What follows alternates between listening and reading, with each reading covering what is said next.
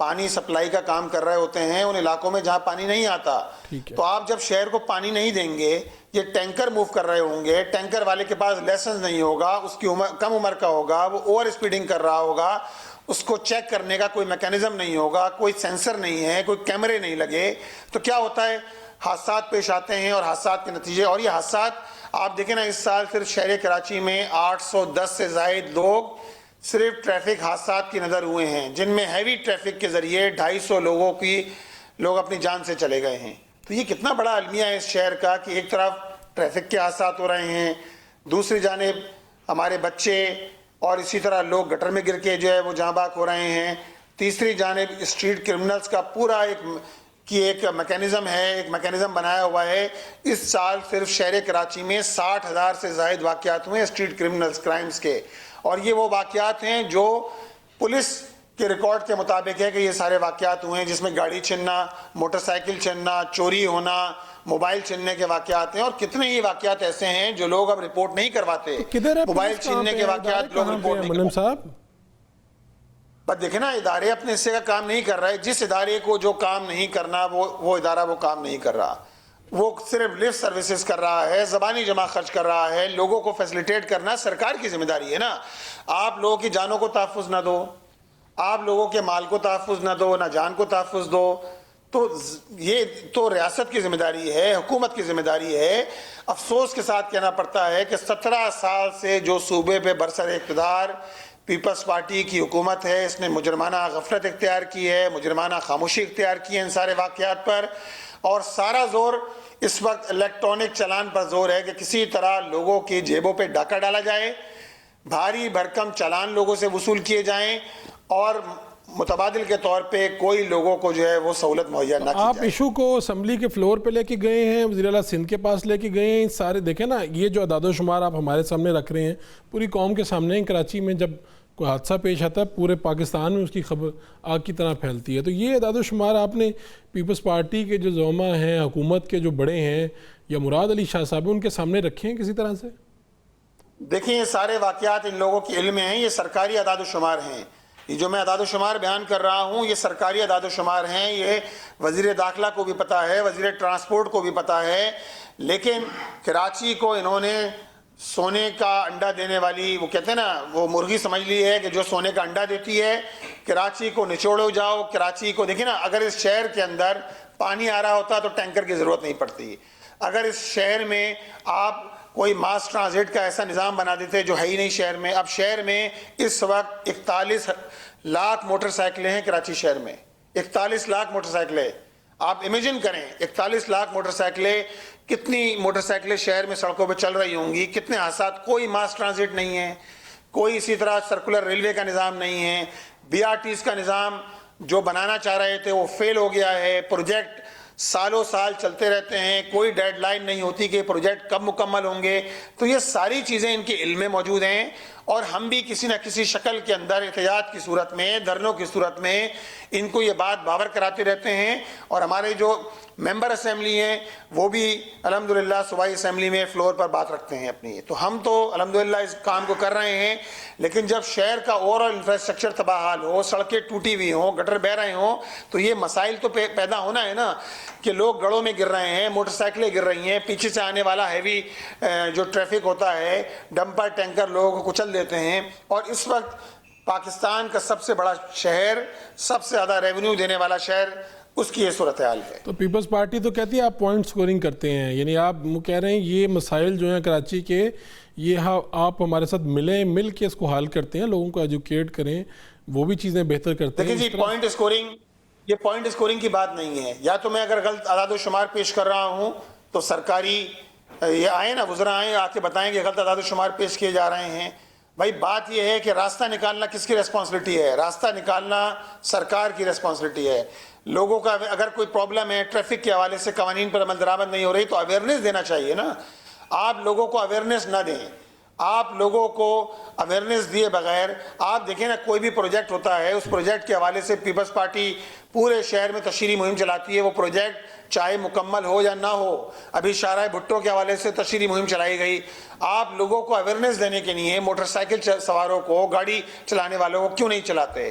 آپ اویئرنیس نہ دیں, آپ بھاری بھاری چلان عائد کر دیں. اب موٹر سائیکل چلانے والا کوئی VVIP تو نہیں ہوتا نا, کوئی بہت مالدار شخصیت تو نہیں ہوتا, اس کے پاس 40,000 50,000 75,000 کی موٹر سائیکل ہے. آپ کہیں 5,000 روپے آپ چلان کے پیسے دیں, آپ کہیں کہ آپ کے پاس اگر بالفرض آپ کے پاس لائسنس نہیں ہے تو آپ 20,000 روپے دیں. یہ 20,000 روپے تو ایک رقم ہوتی ہے نا. ہونا یہ چاہیے کہ موٹر سائیکل سواروں کو بھی رولز ریگولیشن کی پابندی کرنا چاہیے, لیکن طریقہ کار یہ تو نہیں ہے کہ آپ بھاری فائن عائد کر دیں اس شہر کے اوپر کہ جہاں آلریڈی لوگ بجلی کے بلوں کے اندر بھی میونسپل سروسز کے چارجز دے رہے ہیں, جہاں لوگ جو ہے وہ بھاری بھرکم بجلی کے بل ادا کر رہے ہیں, جہاں لوگ جو ہے وہ آلریڈی اتنے ٹیکسز ادا کر رہے ہیں کہ جس کے نتیجے میں صوبے کی 98% معیشت کا انحصار اسی پر ہے. تو جب سب کچھ شہر کراچی سے ہے تو آپ شہر کراچی کو کیا دے رہے ہیں؟ آپ نہ اویئرنیس دے رہے ہیں, نہ آپ پانی دے رہے ہیں, نہ آپ انفراسٹرکچر دے رہے ہیں, نہ آپ ٹرانسپورٹ دے رہے ہیں. پورے شہر کی 3.5 کروڑ آبادی ہے. آپ کے معلومات کے نہیں ہے کہ 400 بسیں ہیں, صرف 400 بسیں پبلک سیکٹر کی جو پورے شہر میں چل رہی ہیں. تو آپ بتائیے کیا ہوگا؟ شہر کے اندر حادثات تو ہوں گے نا کہ موٹر سائیکل سواروں آپ نے پورے شہر کو موٹر سائیکل پر کر دیا ہے. جی بالکل ٹھیک ہے منم صاحب, بہت شکریہ, آپ نے وقت دیا. یہ بڑی تفصیل سے انہوں نے یہ معاملات سامنے رکھے ہیں, اور سندھ حکومت کے لیے بالکل یہ سوچنے کا مقام ہے کہ اتنے سالوں سے حکومت کے باوجود اتنی مؤثر پلاننگ کیوں نہیں ہوئی, یہ تعداد بڑھتی کیوں جا رہی ہے لوگوں کی, یہ حادثات کی, اس کے اوپر کنٹرول کرنا ہوگا. انشاءاللہ پھر ملاقات ہوگی. اللہ نگہبان.